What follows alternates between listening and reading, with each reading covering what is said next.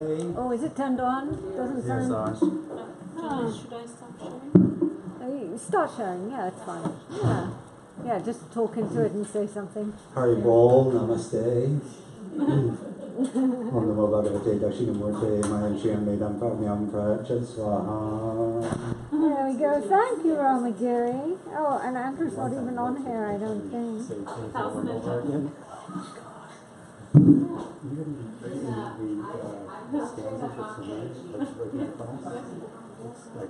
And then maybe move it so Swaminiji, when she sits down, doesn't bang into it. That's perfect. Thank you. All is good. Now, Mivo and the clock. The clock? Yeah. This has to. It was so nicely placed. They were so happy. Yes, I think this will be good. And then this goes under his leg. Okay. And then we need a CD. Actually, that's not plugged in properly. But if you put it on the side of the table, that end on the side. There you go. Perfect.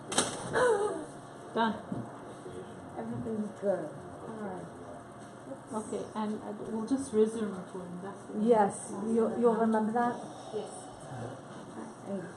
Thank you.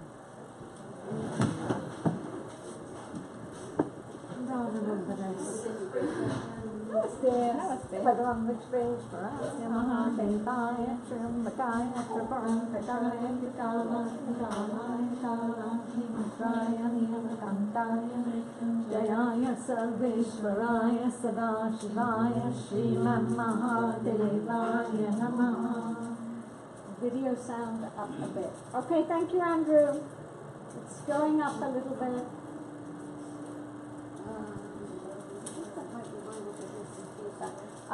Can someone just get a little cloth and wipe its wet on the side of Swaminiji's table there? Like so? Yeah, like so. That's perfect. This can all go down.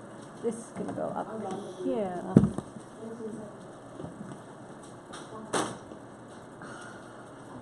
Is it okay if I sit?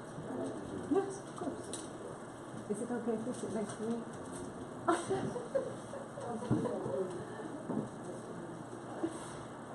Was it you who said you were going? No, I need to send that to Shanti Shivani so she can help out with some transportation. This week, let's see, when did we go? Wednesday night? Wednesday afternoon, I always leave at 3:10. We've decided that gets me there just in time to go. That's the worst time for me because I have that 4:30 class on Wednesday. Oh, that's no problem. No. When you come back?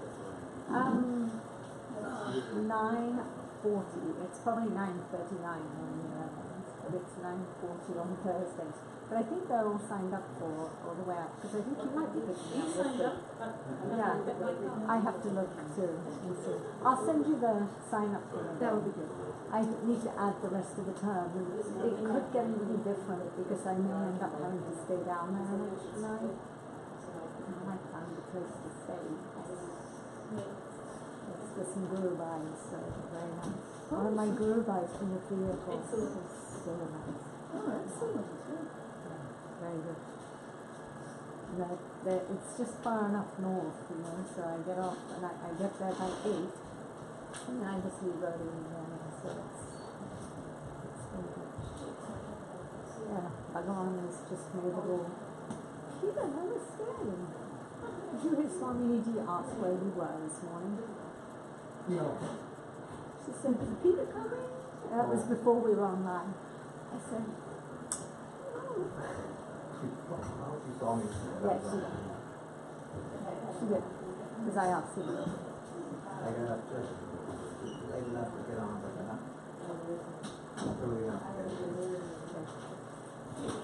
Just know that you were noticed. Or the absence was noticed. Now, which Pramana is that? Anupalakti, very good. Yeah, she's on it.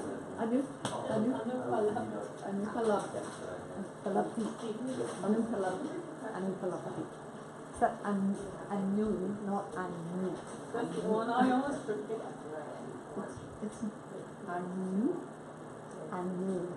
Not Anu. Not the one I know. I know. Remember what song you were singing this morning? Anu versus Anu. Yes. If it's Anu, it's affirmative. If it's Anu, it's following. But we don't hear it. This year, it takes a long time for me to sing it.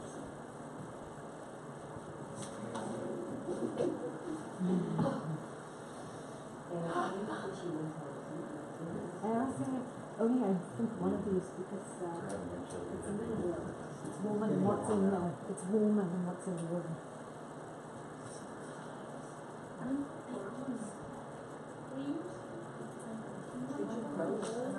Oh, baskets are good. Baskets are good. It's good for the baskets.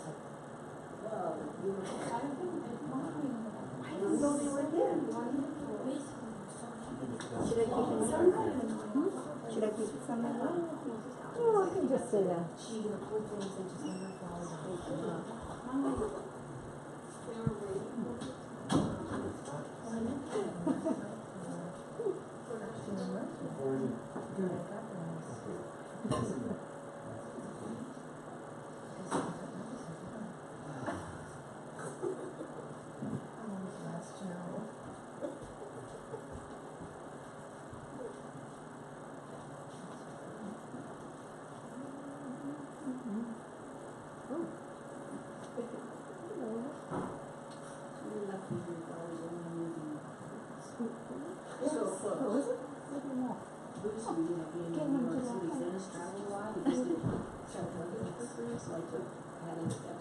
Like I said, I made up another suitcase for him. Much better than Irma coming along.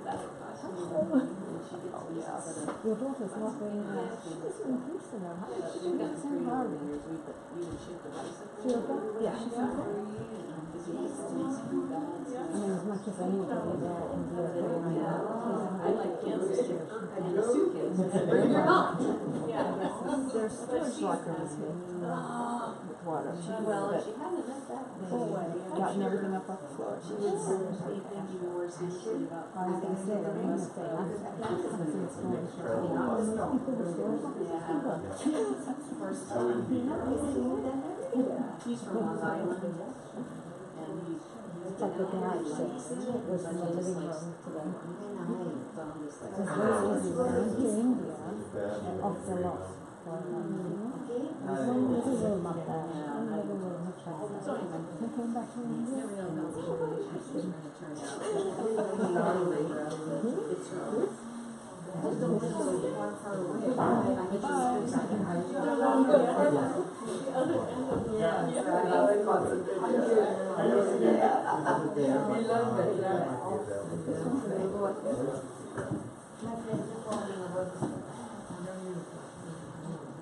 This is I'll take it.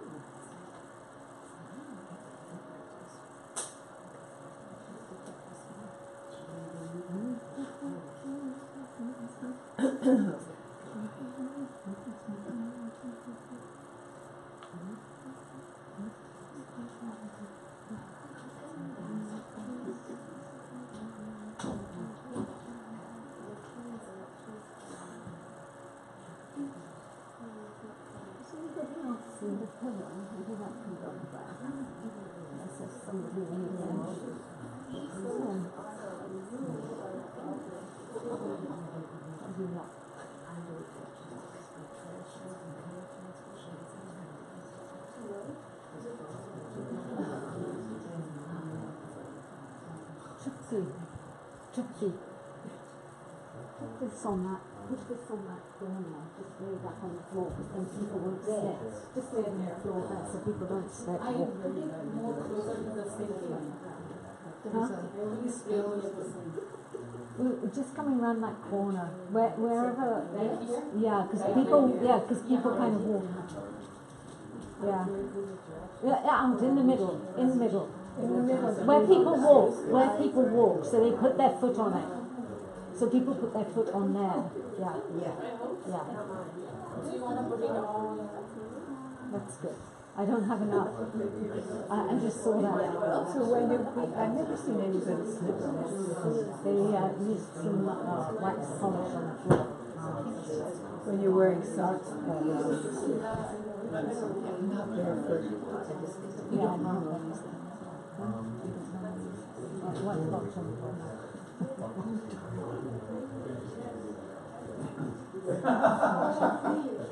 But she doesn't take it anyway. Yes, the floor has A sheen. Is it Bharti or Anubharti?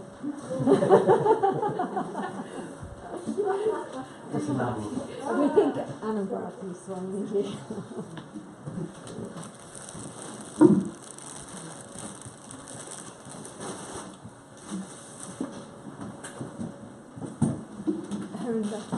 Harinda? Yes.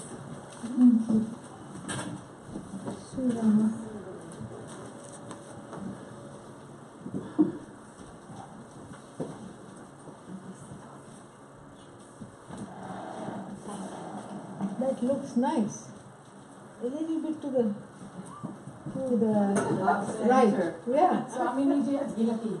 I put it on her so that I could stay awake during class. Yeah, switch it Swamini, little there more. are two dindis, one on top of the other. Yeah, but switch it little more this side. It should be bhruvor madhye, between the brows.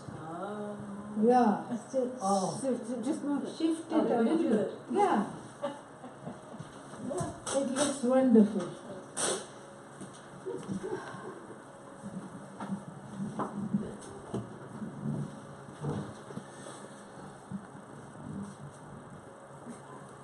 Nice. Wonderful.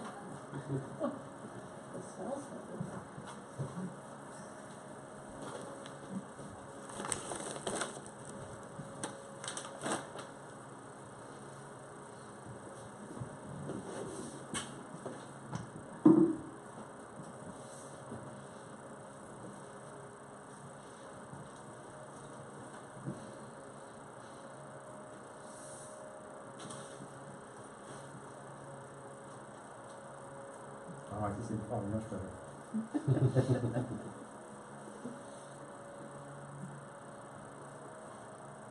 Are we waiting for anyone else?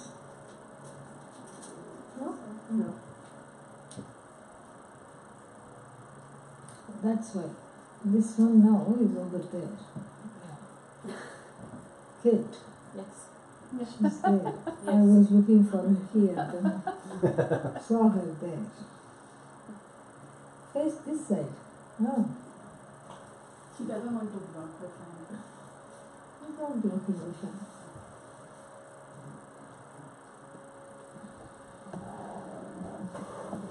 Om Sahana Bhavatu Sahanau Bhunaktu Saha Viryam Karavavahai Tejasvinavadhitamastu ma vidvishavahai. Om Shanti Shanti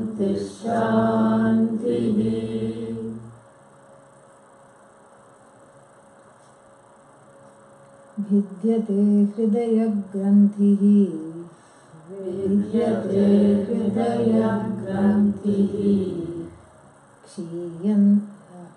छिद्यन्ते सर्वसंशयाः छिद्यन्ते सर्वसंशयाः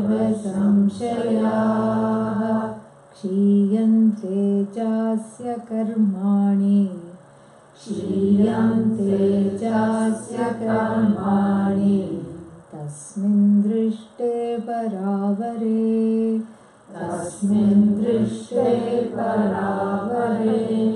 This also is a mantra from the Mundakopanishad. And this mantra describes what happens when you know that you are that reality because of which everything else is projected, has being. So, this is what we talked about in the last meeting, where we understand that what we need to know is the difference between bhati and anubhati. Bhati, self-shining; anubhati, that which requires something else for its existence, a dependent reality, which is not asat, which is not non-reality, which is a dependent reality. It's dependent on sat. Sat is I. This is what we have seen. And so the whole Jagat belongs to this dependent reality called Mithya. This is what is Mithya. Mithya, Sat has two definitions we have seen. What are they? That which exists and it's the same in all three periods of time. Trikalepi tishtati iti Sat, abadhitam Sat. Non-negatable is that which is Sat. We have seen this. And not to be outdone, Mithya also has two definitions. What are they? One we have already seen. That which is dependent. Yeah, but I explained it slightly differently. How was that? Dependent means what? What did we hear about Mithya in the last class? It is neither real nor unreal. It's neither existent nor cannot be categorically called existent, cannot be dismissed as non-existent. Sad asadbhyam trishankuhu, no, anirvachaniyam. Anirvachaniyam means you cannot talk about it. You cannot say, is it existent? Not really. So is it non-existent? Not really. And so where is it? It's right in the middle of existence and non-existence. Sad asadbhyam, it is in between Sat and Asat, and it is you cannot talk about it. In fact, the whole day we spent talking about Mithya only, correct? Whole day, anybody's conversations. Oh, you know what happened? Mithya. Oh, you know what I purchased? Mithya. Oh, you know where I went? Mithya. Oh, you know what that person said about you? Mithya. Whole day one does revelry of Mithya, reveling in Mithya all the time. But really speaking, there is not much to talk about when we talk about Mithya. In fact, you can't really talk about Mithya. How are you going to explain Mithya? How are you going to explain ice cream Ananda to someone who has never tasted ice cream? How are you going to do that? You know? Oh, you must taste this ice cream. What is ice cream? Let's say somebody comes from Mars and they don't know anything. Except Mars bars, they don't know anything else. Because it's manufactured there, that's why. And they don't know anything else. How are you going to explain ice cream? That's all you have to say. Indian food. Oh, what's that? That's something, so many flavors, very nice. Nice means what? Explain, describe. Mithya runs out of words. All these words which go into, sustaining and talking about mithya really cannot describe mithya. Mithya cannot even be described. If there is anything that can be indicated, it is Sat. Notice I didn't say describe. Words, totally help indicate that Sat. It's all an indication. Lakshyartha, indication, not vachyartha, not a description, so to speak. Because that Sat which you are, that light of all lights, even though we say light, we take recourse to these common metaphors, that light of all lights, which is the nature of the eye, it's not a description, it's an indication. Because the eye is self-shining, you don't need a description. And you can't describe because it doesn't have attributes. So Sad Asadbhyam Anirvachaniyam, first definition of mithya. Second definition of mithya is what?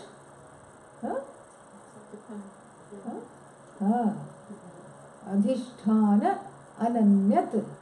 It's not just a dependent reality, you have to go further. It's non-separate from Sat. Ananyat, non-separate. Anya, separate. Ananya, non-separate. Non-separate from what? Sat.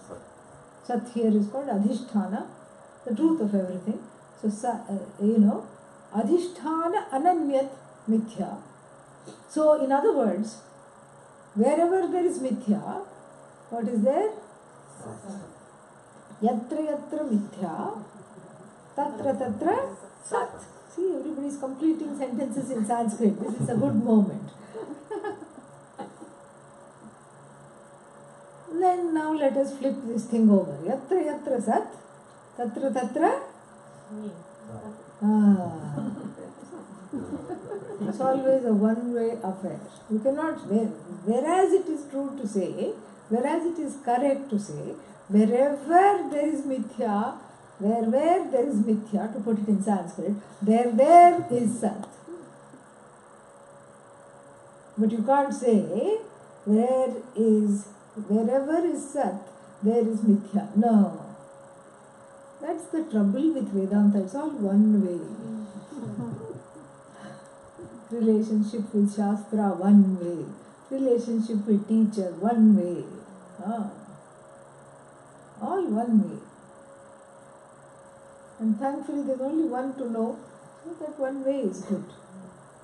It's the only way. And so, this is what is the second definition, is that it is separate from, non-separate from Sat. Where is Sat? Everywhere. It is you. Sat is you. And so where is mithya? So whatever I look at is mithya. And if it's non-separate from Sat, it is non-separate from me.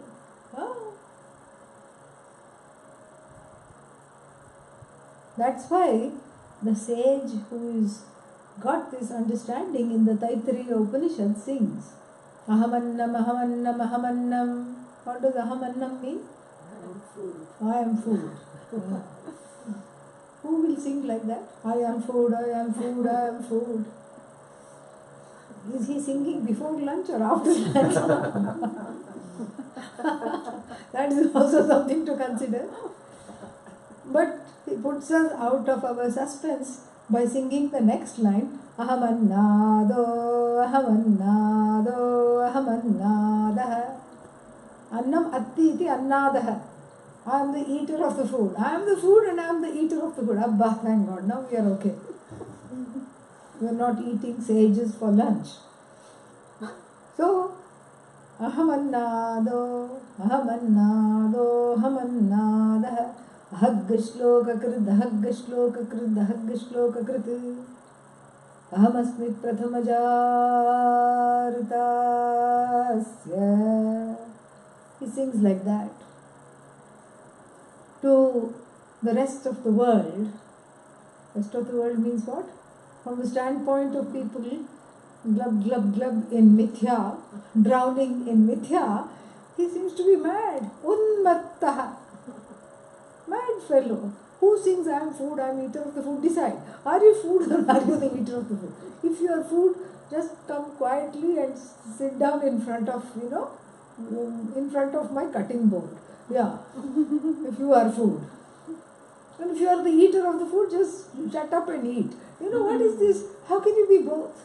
So from the standpoint of the one steeped in mithya, this seems like a useless, mad sentence. But from the standpoint of the one who has an understanding of this is a very big thing. Here is where the duality, the as though duality between subject and object is what is eaten up. Is eaten up. Because object is what? Subject. Subject is what? Don't say object. I'll be upset. Object is what? Subject. Subject is what? Subject. All there is subject. So object resolves in the subject, and the subject is happily doesn't resolve into anything else, cannot resolve into anything else. That which cannot resolve is subject. Irresolute is the subject. So then all these things that I see and I encounter are not, I have to look, I have to learn to see them in the light of this knowledge as what? As non-separate from I. Non-separate, non-separate, non-separate. And that is described in this mantra which we just chanted as the fruit, phala, of this knowledge. Because no one studies without knowing what am I going to get at the end. If I am not going to get anything, why study? And so here, what you are going to get is described very nicely. Vidyate. Vidyate means is cut asunder. Hridaya, heart. Granthi, not N-O-T, but K-N-O-T, not. The heart knot is torn asunder. What is this heart knot? Samsara. What is the fodder for samsara? Ignorance. Ignorance is the heart knot. What kind of ignorance? Ignorance of mithya doesn't cause problems. It's a relief. Because there are so many things in the world. You don't know half the things, and even if the other half the things were not known, no problem, nothing is lost. Ignorance of Sat causes problems. Because Sat is you. And so, heart knot is torn asunder. Avidya granthi. Avidya eva granthi. Not heart knot is the knot of ignorance, the knot which is indeed ignorance. And why heart? Because that's where everything pulls, that's where everything is felt. That is the center of all this, both cognitive and feeling, faculties. Thinking, feeling, all these things are happening in the heart. It's the center. So the heart knot means avidya granthi goes. So otherwise there's always some kind of a constriction. So the granthi is constriction, and that constriction is experienced and understood in the way life is led. One is not free. That's why someone who is subject to samsara there is a sense of constriction, feeling bound. What is that bondage? That bondage is not real, neither is it unreal. It is experienced in the form of the knot within the heart. That's why it is talked about as Hridaya Granthi. So that is torn asunder with the scissors of the Shastra, nicely sharpened by the teacher, sharpened and directed, serrated knife, whatever it is you can think of. And so the scissors of the Shastra, nicely sharpened, means the words in the form of the scissors. Sharp words and well molded, well handled words that cut through the ignorance, the fog of ignorance, the knot of ignorance. Ah, nice. Will it come back like the fog? No, it will not come back. How do you know? How do you know it will not come back? You don't know me. Things always come back to me. It will not come back. How do you know? Shraddha. That's how you know. You have to have Shraddha. And that's why the next line is, Chidyante sarva samshayaha. Samshayaha means all doubts are dispersed. Doubt, samshaya.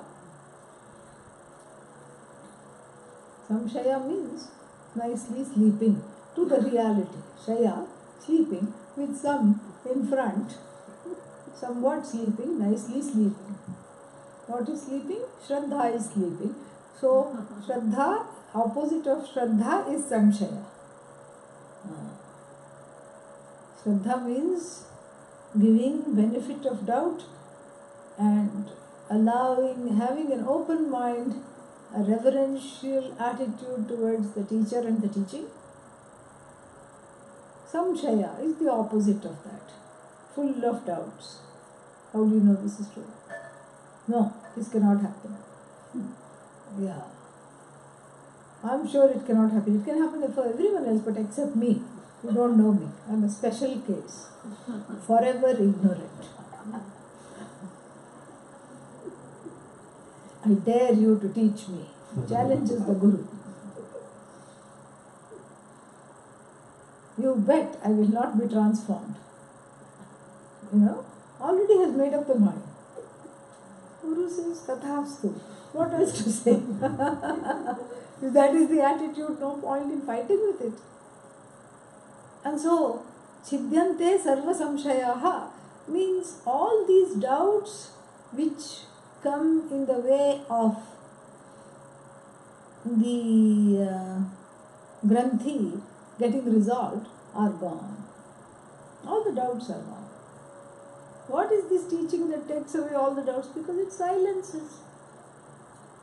First it resolves the doubts and then it silences the doubts.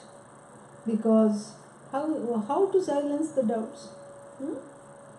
Silence the doubter. Muzzle the doubter and the doubts are gone. Simple. Why is the doubter silenced? Because the doubter understands that the doubter is not the reality. The doubter is outed as mithya.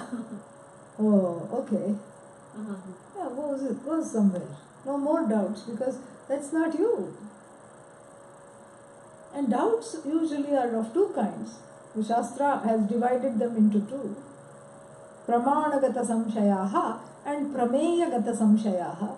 Doubts centered on the means of knowledge. How can the words heal my wounds which I have carried so carefully and nursed them for so many lifetimes? How can they heal those wounds? How can avidya go? In fact, why should it go? Because of avidya, I am enjoying so many things in life. Yeah, most of the time I am miserable, but in between the misery, there is joy.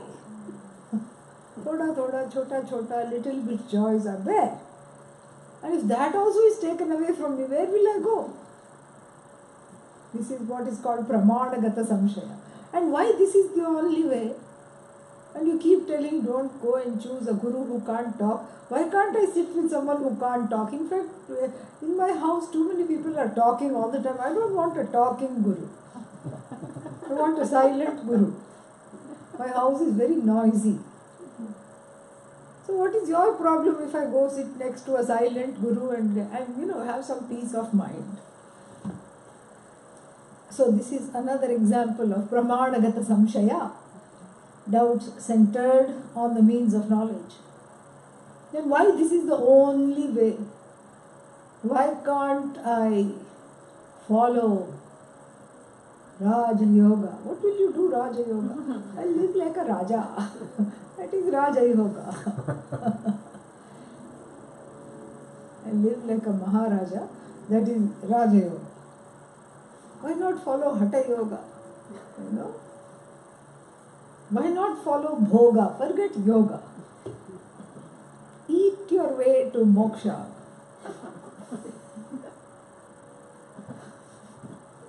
Moksha from what? Hunger? No, I wasn't hungry to begin with.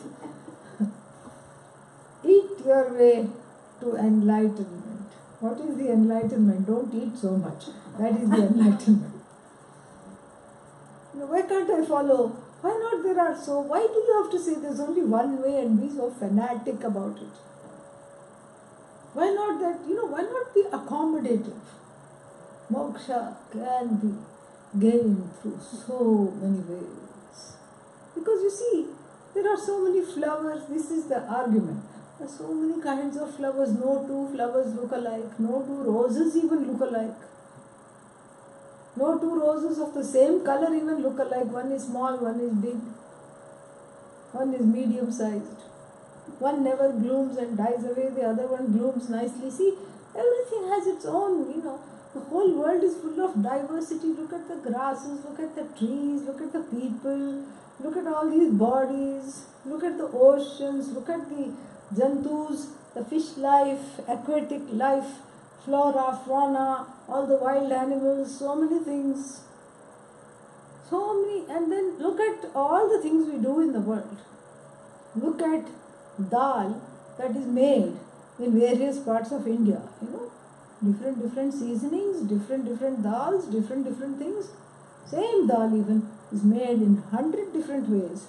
And now why do you get so fanatic that there's only one way to get moksha?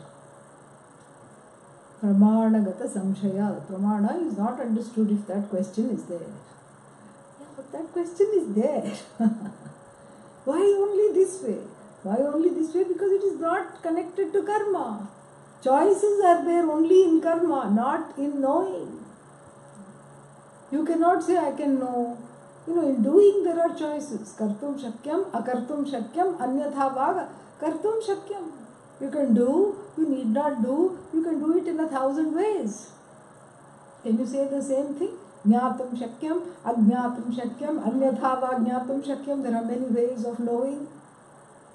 All I have to do is sit quietly and Brahman will drop.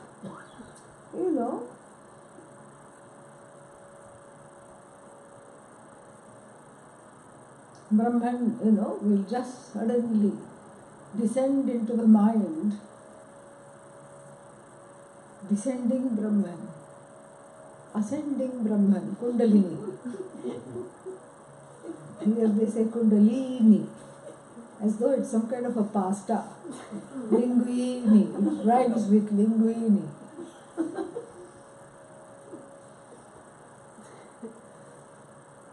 In discussing Kundalini, Pujya Swamiji would say that his mother always told him, if there is a coiled serpent, don't try to wake it up.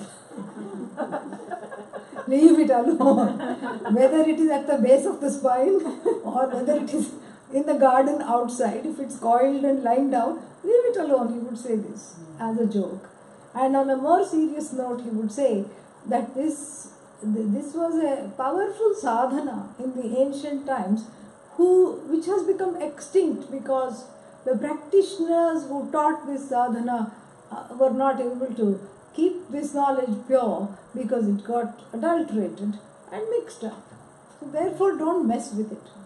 And in other words, we are not interested in, things that go up and down.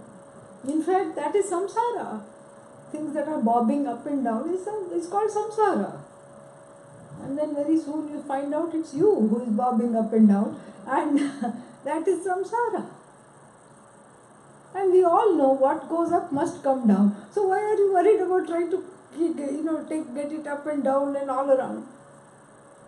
So this is a matter not of doing but of knowing. In knowing there is no option. Either you don't know or you know. In fact, there is no choice. That's why sometimes you hear things about yourself you wish you hadn't heard. Somebody else is talking and whispering and you happen to pass through and you heard your name, so of course the steps slowed down because you wanted to know what they were saying. And whatever they said was not flattering. Did you have any choice in hearing? No. I hear because there is no choice. Hearing takes place. Seeing takes place. So these are all means of knowledges. And if the means of knowledge is there and something to know is there, the knowledge happens. So too this means of knowledge, called the carefully selected words of the teacher, which sheds the light on the words of the Shastra, handled by the teacher, they also are a means of knowledge as powerful as the eyes, ears, etc. And they spirit away the ignorance, just like, hearing ignorance, sound ignorance is spirited away by the pair of ears. Color ignorance and form ignorance is spirited away by the pair of eyes. Similarly, self-ignorance is spirited away by self-knowledge. What else is there to think about this? Why the doubt? And that doubt goes away in the wake of this knowledge. Pramanagata samshaya goes. Then there is prameyagata samshaya. Is there really Bhagavan? And if that Bhagavan is me, why should I go to temple? And if that Bhagavan is me, what is going on there, here? And what is this, if I am Bhagavan, then how come I have to, I have to look both ways while crossing the road? This is all what is called prameya, that which is to be known. Prameyagata samshaya, doubts centered on that which is to be known. That is also gone. No doubts, no argument. That is how it is. When the mind is argumentative, then that is something to take note of, because it's always rebelling against something. And such a mind, sometimes becomes a deterrent to this teaching. Something to take note of. Constantly at loggerheads with everything else and itself. So all the chidyante sarva samshayaha. Oh, it's sounding very good. First was what? Heart knot is torn asunder. Avidya goes. Along with avidya, all the doubts. Self-ignorance had babies in the form of doubts. And when the mother goes, the babies also go. All the doubts have gone. And then what? Grandbabies also go. What are the grandbabies? Kshiyante chasya karmani. Karma, karmani, karmani. Meaning there is more than two kinds of karma. Plural. How many kinds of karmas are there?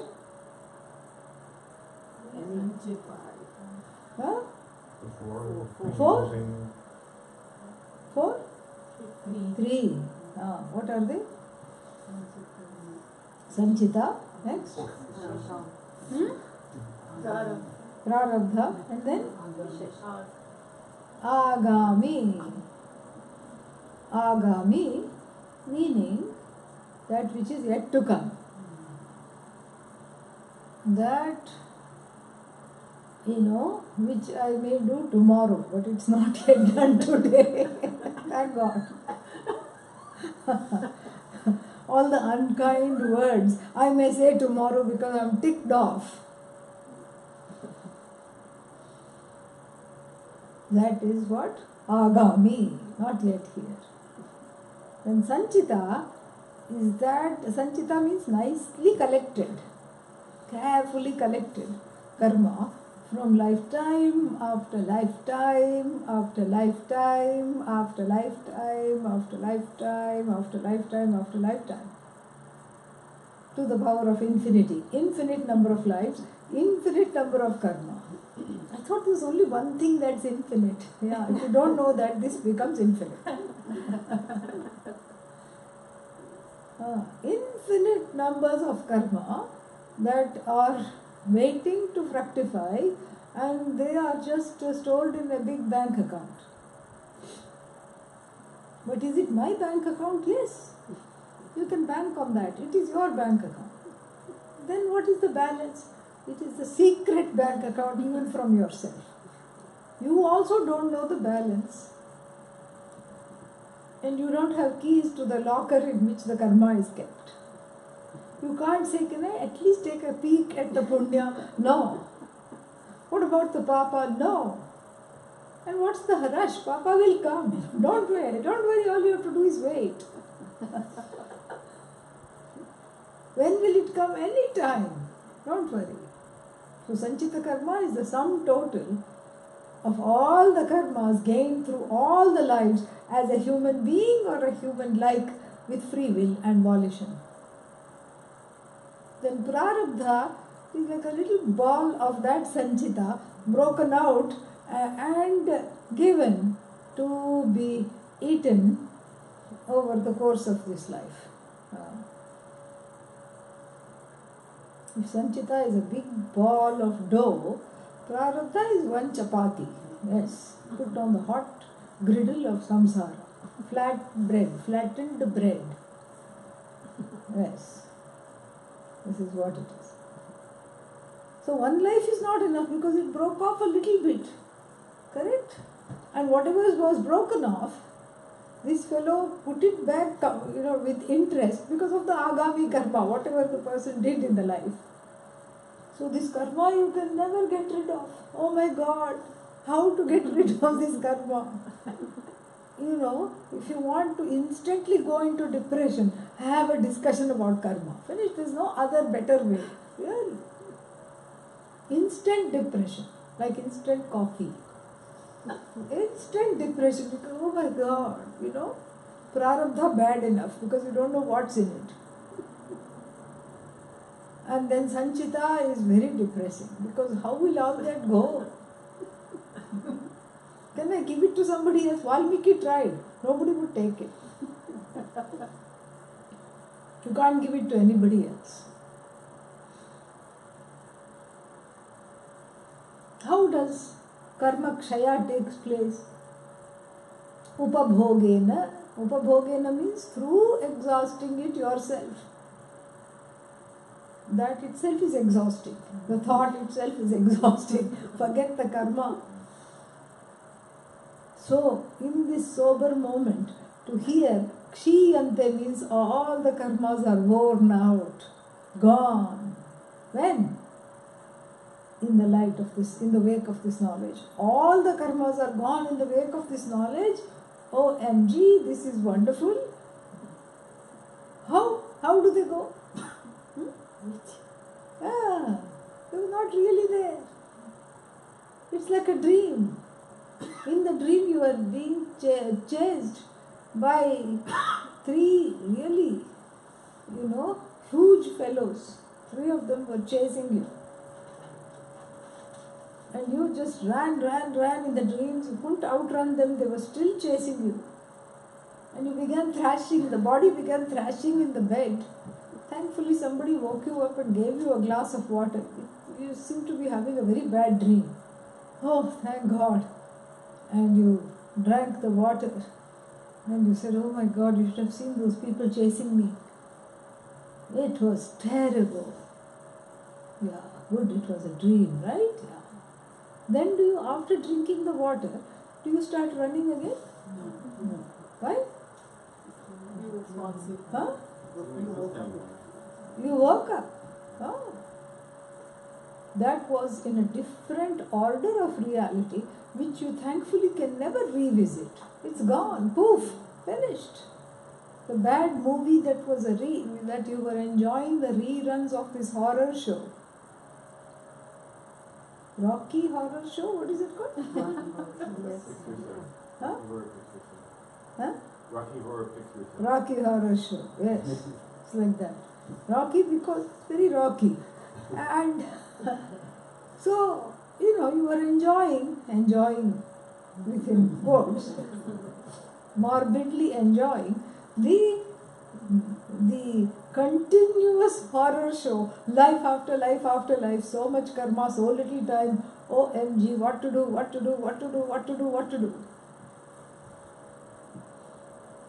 And then what? Some gurus have extreme ways. And I heard that one guru, the student was sleeping in the back of the class. Guru threw the Upanishad book on his head. Work. The book from which he was teaching, he went like a frisbee he threw, and it landed on all the fellow's head. Student woke up. Yeah, there are many ways of teaching. Many teaching methodologies are there. So because of the teaching, he woke up. He woke up. And then he said, I was enlightened by the Upanishad. I was woken up by the Upanishad. And another guru was, he just did not want to take students. He was not the teaching type. He just did not want to teach. Zen guru. Yeah, Zen gurus are famous for so many things. So this particular Zen master, Maha Master, very, very enlightened person, very highly revered, went and occupied a small cave on top of a hill which was very difficult to get through. And one student was determined to be the Shishya of this guru. Why, don't ask. But and so he had this thought that if I just go and catch a hold of the feet of this master, that's enough. He cannot turn me away after that. I'm as good as accepted, I'm as good as enlightened. All I need to do is touch him and I will be enlightened. He had this much Shraddha. And the teacher had a dangerous habit. Whoever he saw coming up the mountain, he would throw one boulder. Just, a medium-sized boulder. Well, he was on a rocky theme is still going on. He was on a rocky mountain and one rock he would throw. And so, this student, in order to avoid that rock, decided to scale the mountain from behind, which was even harder. And he thought he'll catch hold of the ankles of the teacher from the back and thereby touch his feet and get his blessings. So he came up noiselessly almost to the top. As he was feeling happy that he had scaled the mountain or the hill, he made, the twig broke off under his leg and he made a noise. The branches rustling and everything. And so the teacher was a little bit, shocked because the teacher was facing this way ready with the rock.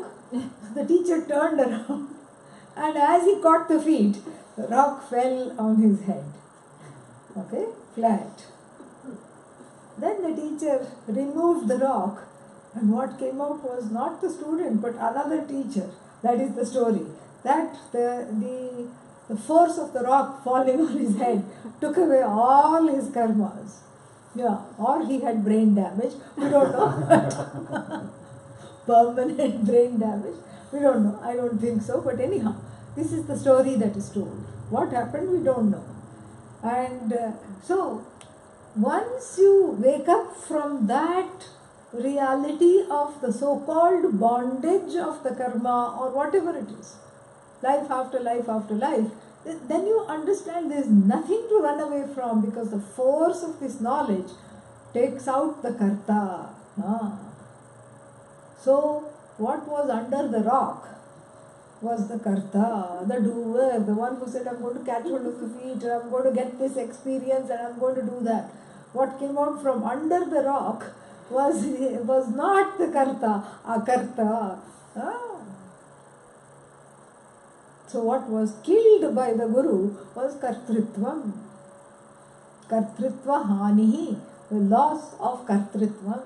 I am the doer, I am going to do this, and me. All I. The desperate need for authorship, all that is gone. So then what is this karma?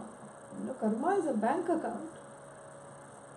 As long as you say, it's mine, it will be yours.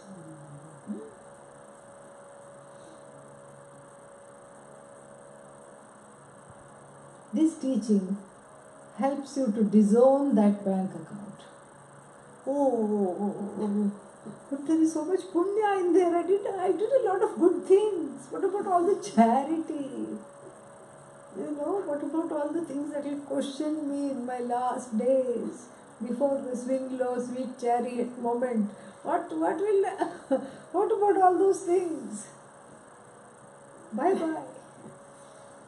But can I say bye-bye only to Papa and say, keep the punya? No, you may not. I have to say bye-bye to the whole thing? Yes. What will I get in return? Akartritvam. When the karta is falsified, the karma is falsified. So the falsification, or rather the mithyafication of the karta, is a blessing of this knowledge. This is what it is. Kshiyante cha asya karmani. When? Tasmin brahmani. In that Brahman, when I see both para and avara. Tasmin drishte. When I see. When the person sees what? Para. What is para? The ultimate, the absolute, and avara. Avara means the lowly one. Two meanings are there. The lowly one. Who is the lowly one? Me. Me. Who is para? Oh, Bhagavan. Somehow the eyes fly up. Bhagavan, full of glory. And what are you? Inglorious. I am an idiot. Bhagavan is wonderful. I am a murkha. Bhagavan is all knowledge. I am nobody. Bhagavan is all body. I am small. Bhagavan is all. Bhagavan is God. What are you? Odd. Without the G. Bhagavan is cause. I am because. This is the feeling. I told you to go back to, let's hold the incense stick again and draw the miserable jiva and then cry with it and then draw an awesome Bhagavan. What is the difference between the two? Huh? Both are both are caused by the movements of the red tipped stick. Huh? Both are a projection upon the red tip. The glowing tip is superimposed the akara, the form called Bhagavan, and is superimposed the form called Jiva. There is no difference. That red tip is that light of consciousness which manifests as Bhagavan, which manifests as why me? Jiva. So there is no difference. And so tasmin drishte paravare, when I see that this avara me is really para, it's all one. That all this goes, the heart not goes, the doubts go, karma goes, all the horrific karma goes, ignorance goes, and everything that comes along with the ignorance goes, karma phala goes. One meaning. Another meaning, tasmin drishte paravare, means para is cause, avara is effect. So when I see that the effect is non-separate from the cause, effect is mithya. Adhishthana ananyat, we talked about it. Effect is mithya. And when I see that the effect, when I can see the cause in the effect, and when I see that the cause is causeless, And when I see that the cause is untouched by the effect, and the effect is not separate from the cause, that itself is called self-knowledge. Very beautiful.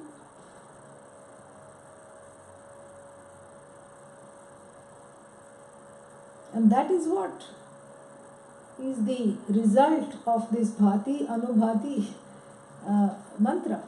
Knowing this mantra, what happens? This is the what is called phalashruti. This is what happens. Yeah. What now? Yeah. Ah, nice, but what's the problem? Don't make noises. Tell what the problem is. I wish I could articulate. I can't articulate. That's why I'm making noises. Dva suparna. Dva suparna. Sayuja. Sayuja. Sakhaya. Sakhaya. Samane vrikshe. Samane vrikshe. Parishasva. Parishasva. Jate. Jate. Tayorekah. Tayorekah. Pippalam. Pippalam. Swadvati. Swadvati. Anyah. Anyah. Anashnan. Anashnan. Abhichakashiti. Abhichakashiti. Samane vrikshe purusho nibagnah. Anishaya shochati mukhyamanah. Jushtam yada pashyanti anyamisham tasya mahimanamiti vita shokah. Next mantra. So, dvau suparnau. No, but just now you said dva suparna. Yeah, but if you want to say it grammatically, you have to say dvau suparnau. But how come Veda says dva suparna? Don't try to look at the Veda. Veda has poetic license called Chandasam. So, this mantra addresses is the answer to that. So the knowledge, has been given, the teaching has been enjoyed, the fruits of the knowledge are talked about, and yet there is an unease. Why? Because the duality is not yet gone. Okay, you gave words to that. But where is it? Where is this duality? Within. Until now we have been seeing and dismissing, falsifying the duality without. But then if what is lurking within the person, in the infrastructure of the seer, is this duality, how will it go? So this is what is addressed here through the allegory of the two birds of shining wings. Shining? What? Bhati. They are the greatest of friends most of the time. And then, they sit upon a branch embracing, and then suddenly one of them gets restless and hops up and down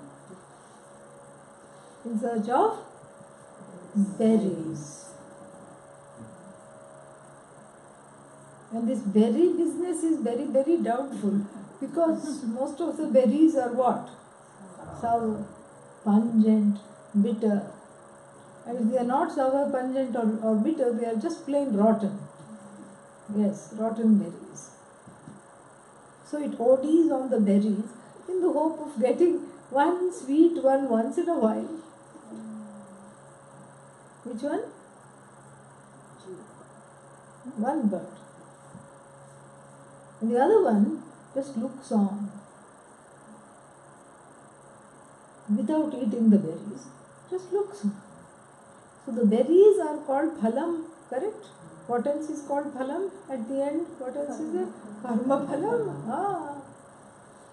And the berries are always a cocktail of rotten, bitter, pungent, just plain bad karma. And which is called papa, and punya, some sweet experiences, very briefly, fleeting, once in a while. Disease, sickness. One day without pain. Great.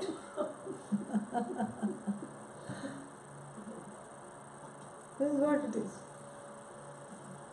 So, for those sweet berries, it is eating so many things and it is really working very hard, hopping and exhausting itself.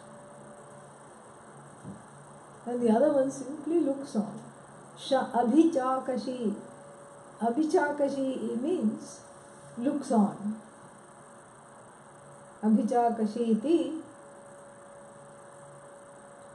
looks on. But then the root verb is chakastra deeptau.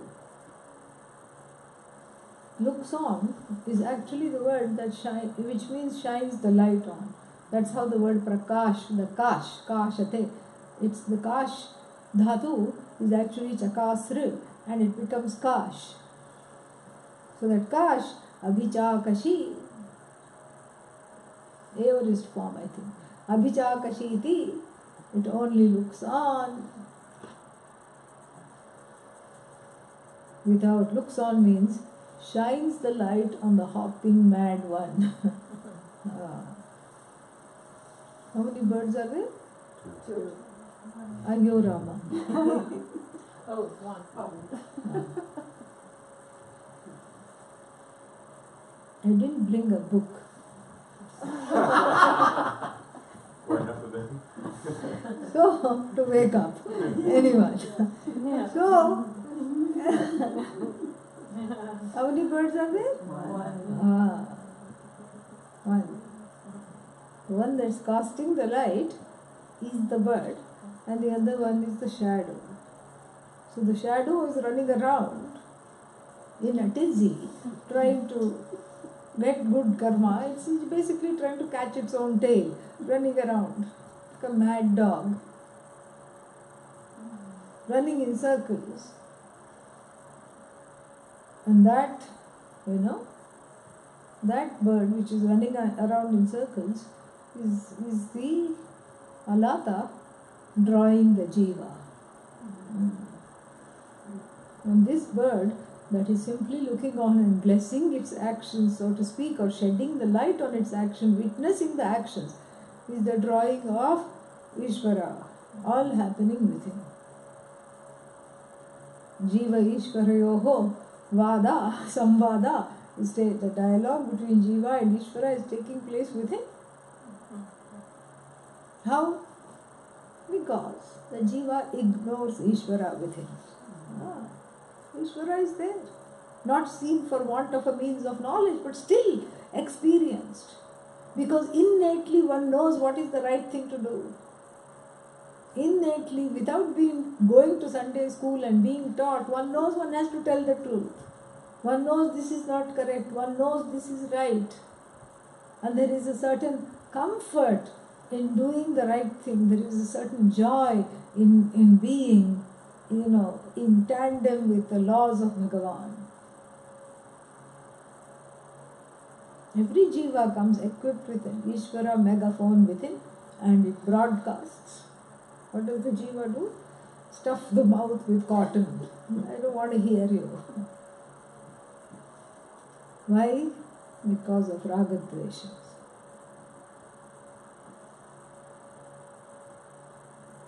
And then you stuff the mouth of the megaphone with cotton, you don't hear Bhagavan, and then one feels lonely. Oh, and you sit and sing sad songs. Darshan kab doge? When will you give me darshan? How can you abandon me like this?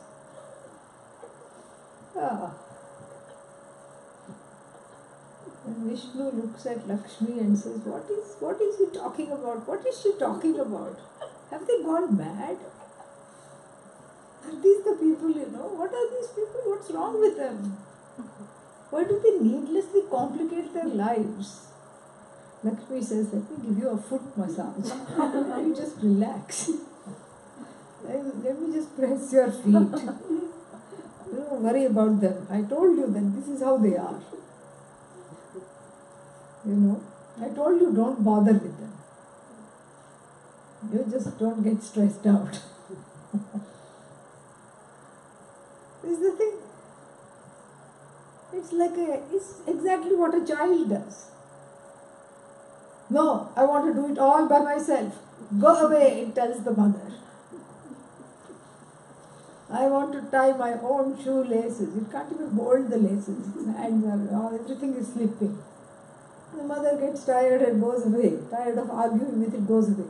And then the child bursts into tears because it can't do and it feels abandoned. Same thing. Same thing is happening with him.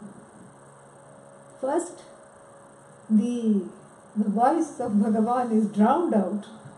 The force, the din, the drums, the kettle drums of Raga Dveshas are beating so loudly for fructifying their demands that Bhagavan is not even heard. And then as a result, what happens? Nothing happens. And then the person feels very alienated. Bhagavan has abandoned me. You have abandoned Bhagavan or Bhagavan is abandoned? No, Bhagavan has abandoned me. Another case of transference. That's why I was always wondering why Lakshmi needs to keep on pressing Lord Vishnu's feet. All the time she's pressing. This is why 1.25 billion people doing this. Doing what?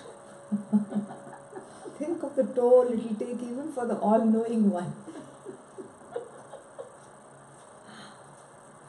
So, this is how Bhagavan is drowned out by the force of the Raga Dveshas. In other words, Raga Dveshas become louder than Bhagavan.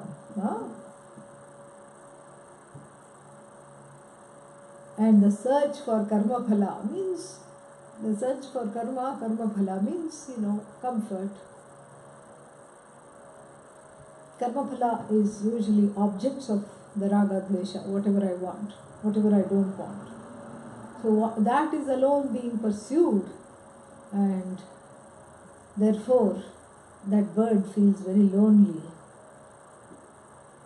And therefore, when the question is asked, how many, the answer will come 2 birds. Jiva bird, Ishvara bird. Really speaking, there is no Jiva bird, Ishvara bird. It's just bird. It's one bird. That is as though split into 2. This is ignorance. Where you see 2 in place of 1. That is what is ignorance. Self-ignorance. That is what is duality. And the Upanishad goes on further to say, Samane vrikshe purushaha nimagnaha. Nimagnaha means glub, glub, glub. Drowned. Drowned in this tree of wants, the tree of desires, the never-ending tree of samsara. Drowning in the deluge of one's wants, one starts to feel helpless, hopeless, and totally bound by the forces that deny those wants. And therefore what? Shochati. Shochati means? Grieves. Yeah. Grivati. Yeah. Why does it grieve? 2 reasons are given. Muhyamanaha shochati. Muhyamanaha means being deluded from the truth of its own nature as free of wants and totally free. Shochati, cries, sad. And the other reason Shochati is because it denies itself as Bhagavan. Anishaya Shochati. It goes away from Isha, and if it goes away from Isha, what is there? Anisha. Simple. Yeah. And when you know this, you are Manisha, a sage. Yeah. Anishaya Shochati. It cries because it is missing itself. That's really, this is, very high psychology on part of the Upanishad. If you go to the therapist and pay them, this is what they will tell you. You have gone away from your center. You're off center. You have to take time to come back. This is what they are talking about. This is what it is. Upanishad talked about it a long time ago. Anishaya Shochati. It's not talking so much about center and off center. What it is saying is you're identifying with the wrong bird. You're identifying with your shadow. The shadow self of needs, wants, desires, anger, fear, sorrow. You're identifying with that which is finite. And therefore you begin to feel bound and finite. Jushtam means when it decides, when it adores, when it is in service of what? Pashyati, when it is in service of this other bird. Isham anyam, then what? Tasya mahinmanamiti, when it sees that the glory of this Ishvara bird is my own glory, when it has the guts to embrace that glory. Vita shoko bhavati. Vita shoko bhavati means becomes free of sorrow. So the transformation is happening here.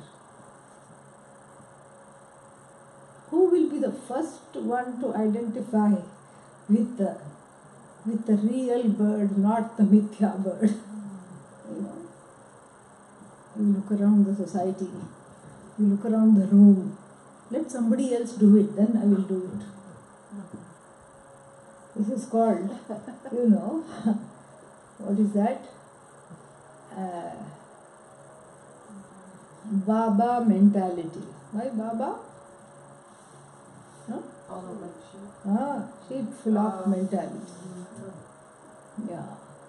Because this is not something to wait for someone else to do it. And then you say, let me see how many people do it. Let me see how many people really get this knowledge. And then you look around the room and say, that person has been studying Vedanta longer than me. Let them do it first, then I'll do it. Doesn't work. And you know why it doesn't work? Because this is an inside job. You have to steal away that wrong identification with the force of the knowledge of the Shastra. You have to do that. And, but the knowledge does it for me, yes, but are you open to the knowledge? If you're open to the knowledge will take away the mithya bird and reveal it to be a clay pigeon. That doesn't even need to be shot at because it is not harmful at all. It simply is. It's just bobbing up and down in the water. It's a decoy. If you identify with a decoy, what to do? And so, the knowledge has the power to shift this, make this internal shift. But there has to be two things on the part of the seeker. The first one is Shraddha towards the teaching, towards what is being taught. And the second one is a certain choosing and daring. The whole world is, swimming downstream. Why? It's easy. And also at the bottom of the stream is situated a big mall with a movie theatre in it. That's where everyone is headed. Mindlessly, automatically, this is the default mode. And the mall has a place where you can eat various kinds of international cuisines. That's why it's called mall. It malls you of your senses and your pocketbook. And upstream is a Gurukulam. Kaun jayega? Who will go? And then you see one person swimming upstream. And everyone swimming downstream goes, ha ha ha ha ha. Look at this. Look at this. Buddhu. Buddhu is the one who doesn't have buddhi. Look at this. Dumbo. We are all going, everyone is going, look, there is safety in numbers. Majority doesn't make things right. Because majority of the people in the 6th century thought the world was as flat as a pizza. They were not right. Ptolemy, poor Ptolemy said, no, the world is round. And you know what they did to him? They put him on a stick and burnt him.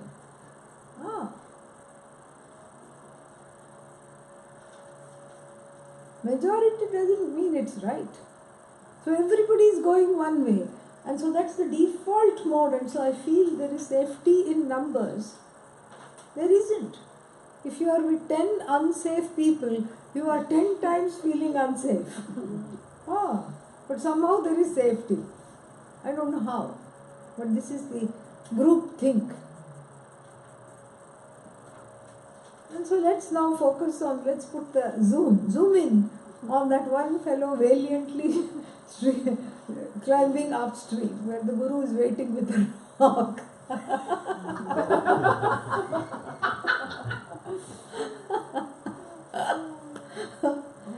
So, he or she is going upstream, this jiva is going upstream, all the other jivas are happily, pushing each other off the boat and going downstream, they are racing, like there is this annual boat race in the state of Kerala in India, and they just sing all these songs and bhajans and they row your boat, down the stream. See, there also. Sadly, down the stream. Yeah. And then, it's a very mixed up song. Row your boat gently down the stream, downstream. Merrily, life is but a dream. See, that part has a little bit of vidya, but the other part is useless. It's all mix and match. So here they are rowing their boat and going down the stream. The power of Prakriti, that's why they are called Prakrita Buddhayaha. So the Prakriti is taking them down the stream effortlessly because that is the tendency is for creature comforts and the tendency is for, Raga Dvesha pursuits and all these things. And one person is, doing backstroke, front stroke, butterfly stroke to reach the Gurukulam. And everybody else is laughing. That's all it takes. What it takes is to be able to not only bear the laughter, but smile back compassionately at all the others laughing at you. That's what it takes. Because there are many ways to deal with that laughter. You can have an inner sense of superiority. You don't know where I am headed. Oh, you lowly mortals. What you are all just, karma phala addicts. Go for it, jao. I am going to the right place. But the Guru is waiting with a boulder. Doesn't matter, I have Shraddha. That the boulder will destroy samsara. It's a holy boulder. That's why looking at the boulder, I grow bold. And I just go, I become bolder and bolder. And the boulder has no say over me. That's one way to deal with it. But there is a certain condescension. Even though it's tempting, it's best be avoided. Oh, ye lowly mortals. And then you can get a lot of quotations also. Na buddhi bhedam janayet ajnanam karma sanginam. Bhagavad Gita 3rd chapter says that if you encounter people who are just so against this knowledge and they say no, I'm going to continue doing karma and I'm continue to going from hop, skip, jump from branch to branch and collect my berries. Just tell them tathastu. Don't try to start saying, come in my boat, I am also lonely. Give me company. Like this. So, let them do whatever they are doing. Let them do whatever they are doing means compassionately, not from a place of condescension. You don't know where I am headed. Better still, you don't know where you are headed. You are headed to definite rebirth. In different yonis, different life forms. Whereas me, I'm going upstream. It is hard now, but later on I'll be cruising and you will be suffering. That's one way to deal with it. What's the other way to deal with it? Okay, I'll make a U-turn. I'll join you. That has been the fate of many people. And then the best way to deal with it is compassionately. This is what I'm called to do. Maybe I'm wrong. I don't know. Is it scary? Yes, it is frightening sometimes. But I have Shraddha in my heart that I cannot go wrong. This is what I need to do. So, or one can wait for other people to join. One can start a Gurukulam cruise and then wait, sell tickets, wait, and then wait till there is safety in the numbers. Don't. Why are you saying don't? Because Kathopanishad also says don't. Paranchikhani vyatrinat swayambhuhu parak pashyati na cha antaratman. Antaratmanam na pashyati. One does not see what is within. This divide within, this gaping divide within, one does not see this other bird. Which bird? The one that is shining the light on everything. One does not even see means doesn't even think of identifying with it. Why? Because all the means of knowledge are as though facing outside. So one gets distracted in the world of people, things, objects of enjoyment. Paschit dhiraha atmanam aikshat sees as though this bird avritta chakshuhu has undergone an inner revolution. Finds out that samsara is not a disease that you need some kind of antibiotic against. Antibiotic mithya, samsara also mithya. Samsara, what samsara? No samsara. I'm already free. I have to understand it. Avritta chakshuhu amritatvam icchan. This itself gives the impetus to go upstream. It's a solitary journey. It's not a lonely journey. It's the only journey and it's a solitary journey. And that's what happens. It's a solitary journey because it reveals the I as the sole truth of this whole thing that we call the Jagat. The Jagat is a superimposition upon this I. That is what is revealed. And in order to understand that, you can't wait for a good muhurata. You cannot say, when is Rahu Kalam going to go, then I will join the Gurukulam. What is the most auspicious time to start the studies? Now. What if the time is bad? It can't be bad. Why? Because you are starting the studies. How can it be bad? But I want to time my enlightenment when the planetary alignments are correct. What is the correct time to get enlightened? No.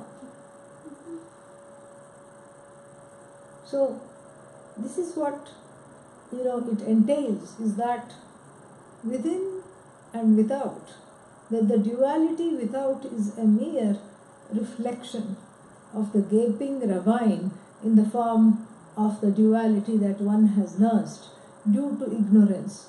One has fueled life after life after life after life after life. And that's why bhati anubhati doesn't make sense. Alata, the drawing and the withdrawing of the world with the joss stick, the incense stick. Interesting it is as a metaphor, but difficult to internalize because I'm not able to drop the wanting bird from within. The wanting bird will take flight when, when will it fly away? It will fly away when I have no need for it. When will I have no need for it? When I realize that this is, when I disown that, it is consciously disown that, use the light of knowledge to disown this bird, I disown identifying with this bird. That is the seeking, wanting bird, addicted to karma and karma phala. That is when the Mundakopanishad promises that the heart knot is torn asunder. In the light of the knowledge, you alone bhati, everything else what? Anubhati.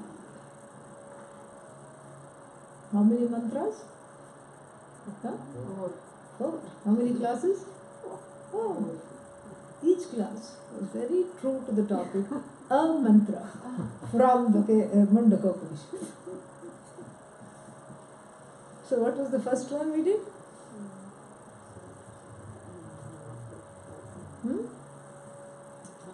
4 was said correctly. The second one was not that person.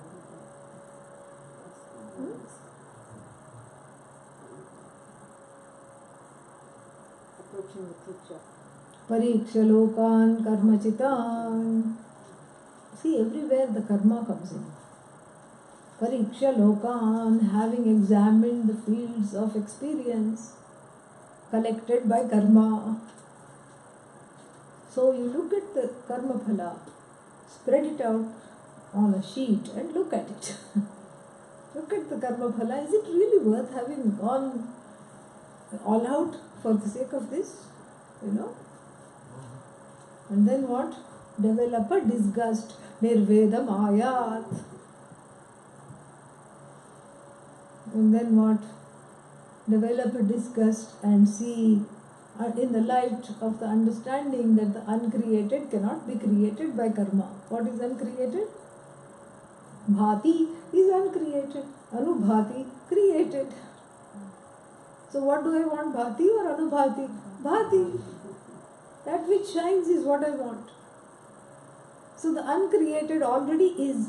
So what is the use of karma? Karma can only create things that are not there, or bring things that are away, or join two things together, or break two things apart, or clean things which are unclean.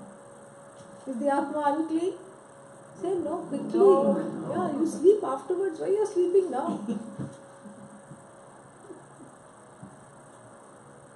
Does the Atma need to be joined together? Fractured Atma? No. Does the Atma need to be cut up? No. So, what is the use of karma? The karma is useless. Understand this. So, if karma is useless and I don't know myself, I have to know myself. And I need help. Go from the DIY section of the bookstore. Yeah. There is no do-it-yourself Vedanta. Approach the teacher for the knowledge. Tad vijnanartham saha gurumeva abhigachet eva karat. Because that word eva is there. You must, and only through approaching the teacher will you know this. Because the stakes are very high. Not stake, mistakes. Mistakes are very high. Mistakes are high. Why? Because the wrong knowledge. And the Guru has to correct. And why are the mistakes high? The mistakes are high because the infrastructure with which I read the Upanishad is itself corrupted by my own wrong identifications. So even if the Upanishad says Tattvamasi, next. Yeah, somebody came and told Swamiji, I have read Kathopanishad. Okay. I have studied Kenopanishad. Okay. I have studied Mundakopanishad. Okay. Not just 4, all the mantras. And I have studied Upanishad. I have studied this Upanishad, that Upanishad, Cat Upanishad, Dog Upanishad. Studied. Then what should I do now, Swamiji? You know what Swamiji said? Go get a job. What else to say? That you may have studied, but it obviously hasn't blessed you because you're still wondering what to do. So therefore, tad vijnanartham gurumeva abhigachet samitpanihi shrotriyam brahmanishta. Then what? That was the first mantra we talked about. Then 4 you said. Huh? Na tatra suryo bhati. No, that was something else. Yeah, that was it. Yeah, na tatra suryo bhati. The vision of, I think that was one for 2. the vision of the Upanishad in the form of the eye which shines and everything else shines after was taught. This is what the Guru teaches if you go to the Guru. You alone are whole, you alone are free, everything is mithya, you are satyam. This is the vision. And what happens as a result of internalizing the vision? Vidyate hridaya granthi. The heart knot is torn asunder. And then what? Kshiyante, all the doubts resolve. Not kshiyante, something else. Chidyante sarva samshayaha. Kshiyante cha asya karmani. Tasmin drishte paravri.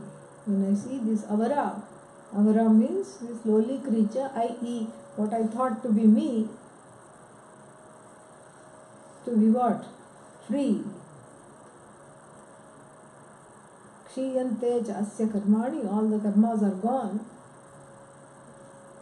all the doubts are gone, all the ignorance is gone. Yeah, but Dvasa parnasa yujasa khaya. For that lingering feeling that something is not right, that is, what is not right is within. And that inner conflict based on the dual status of oneself as a witness of everything that goes on and simultaneously as what? As the participant of being, as a participant in the form of being a seeker, a wanting person. How can the two reside comfortably in the same heart? No, one is tied up. The poor bird just abhichakashi just sheds the light because it's tied up and muzzled, so to speak. What else can it do except look on? So, it's tied up because I haven't identified with it. It hasn't gone away. It's just eclipsed by the wanting bird. Like when the shadow goes rogue and it takes over and starts to demand your bank balance, it's time to sit up. So similarly here. So that has to be corrected by daring to take the steps on this journey. Not to be complacent, because this is a knowledge of alertness. Kshurasya dhara, uttishtha, jagrita, prapya varan nibodha, kshurasya dhara, nishita, durita. It's like walking on a razor's edge, says the Kathopanishad. You have to be alert. Look how easily one falls asleep in class. Same way, one falls asleep in life. When faced with priorities, when faced with decisions one doesn't want to take. Yeah. Procrastination is my destination. This is what happens. Put off, put off, put off, put off, until you are totally put off. So, this is the Kathopanishad warns. Says, get up, wake up. And Adi Shankara, giving a commentary for that says, Uttishta, who is being addressed? Uttishta, wake up. Akala, Ajnana, Nidra, Suptaha. The one who has been for time immemorial, sleeping the sleep of ignorance. Oh, you Jiva, wake up. Prapya Varan, encash your punya. How? Nibodha, by knowing this. Why? Because, this is a blessing. This life is a blessing. Don't waste it. Shurasya dhara. It's like it's like a edge of a razor that has been recently nicely sharpened on a wet stone.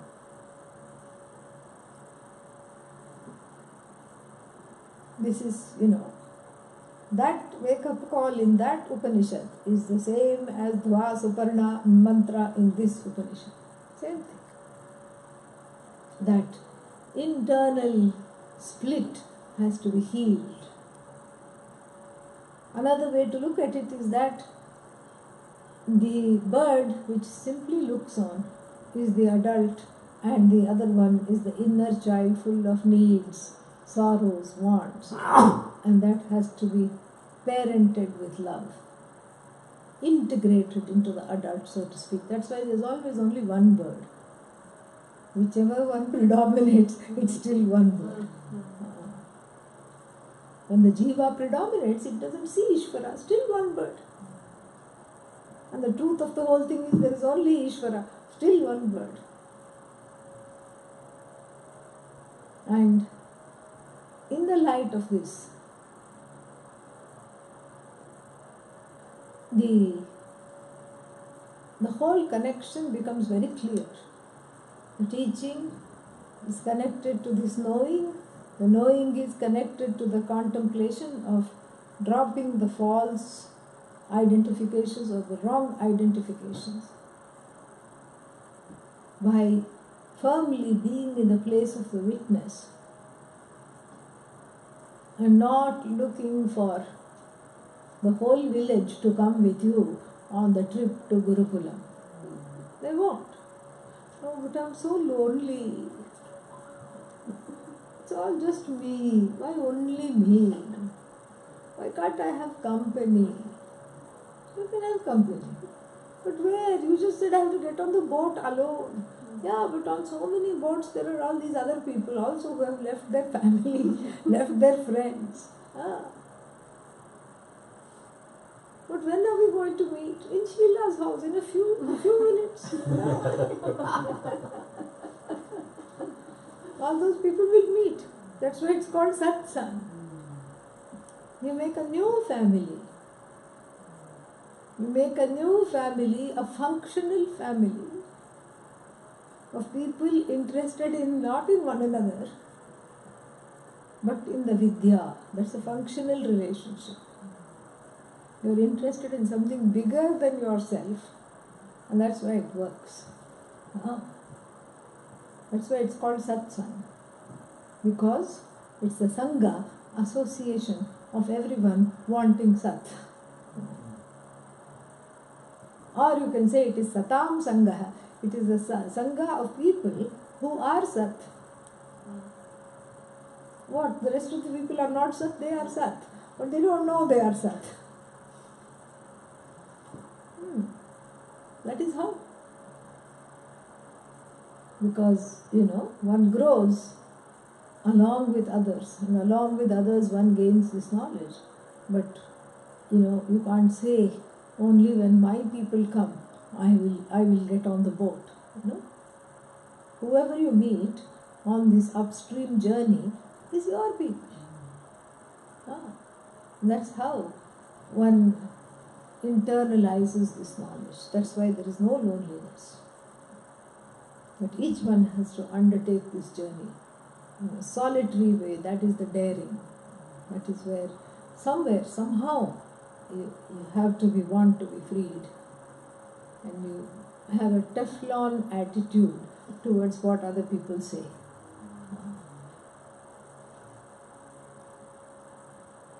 न तत्र सूर्यो भाति न चन्द्रतारकम् नेमा विद्युतो भान्ति कुतोऽयमग्निः तमेव भान्तमन्भाति सर्वं तस्य भासा सर्वमिदं विभाति ॐ पूर्णमदः पूर्णमिदं पूर्णात् पूर्णमुदच्यते पूर्णस्य पूर्णमादाय पूर्णमेवावशिष्यते ॐ शान्ति शान्ति शान्तिः हरिः ॐ श्रीगुरुभ्यो नमः हरिः ॐ.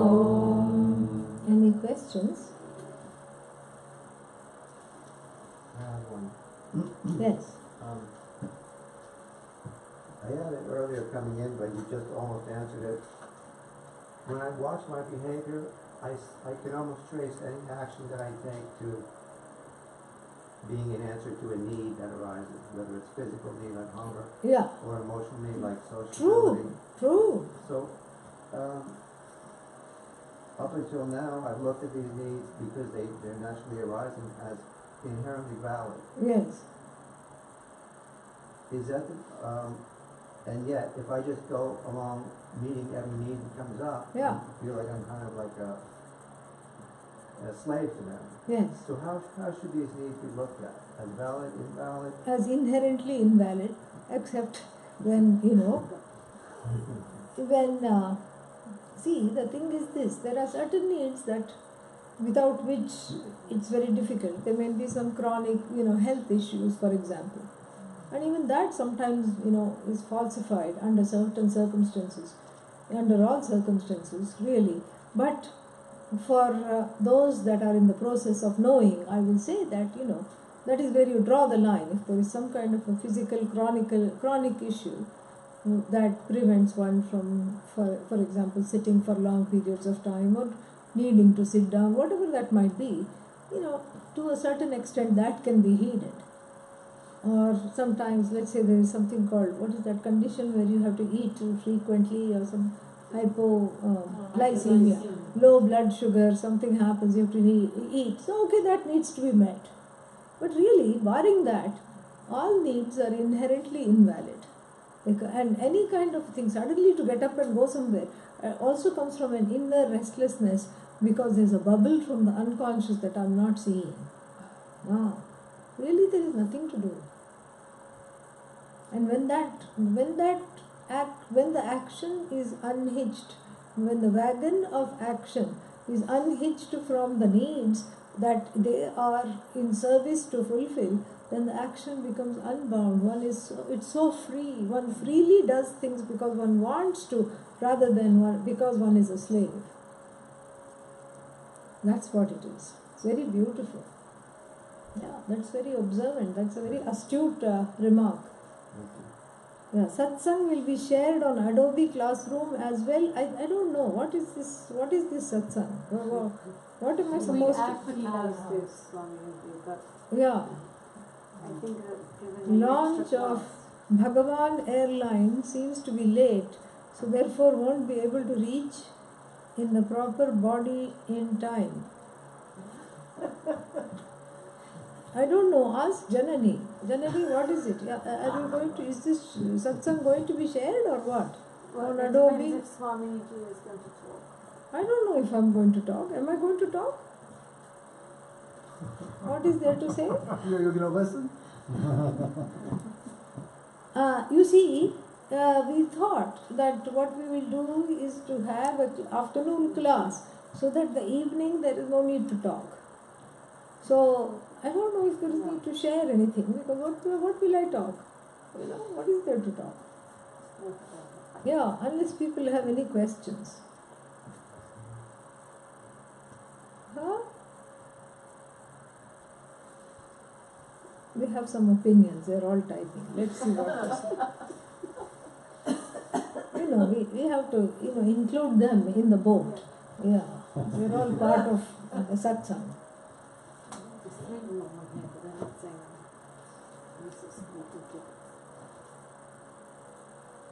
Maya and Mithya, one and the same, yeah.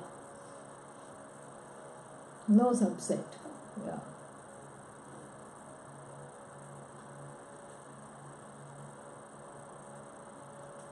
Yeah, so no need to, I don't know if there is any need to share, If you have any questions, if you need me to talk, I'm happy to talk, but I don't know what to talk. They can send an email if they have questions, and then I'll take the computer just in case. Okay? Yeah, is it okay to not have the satsang online? Oh, you can watch me eat, if there are things to eat.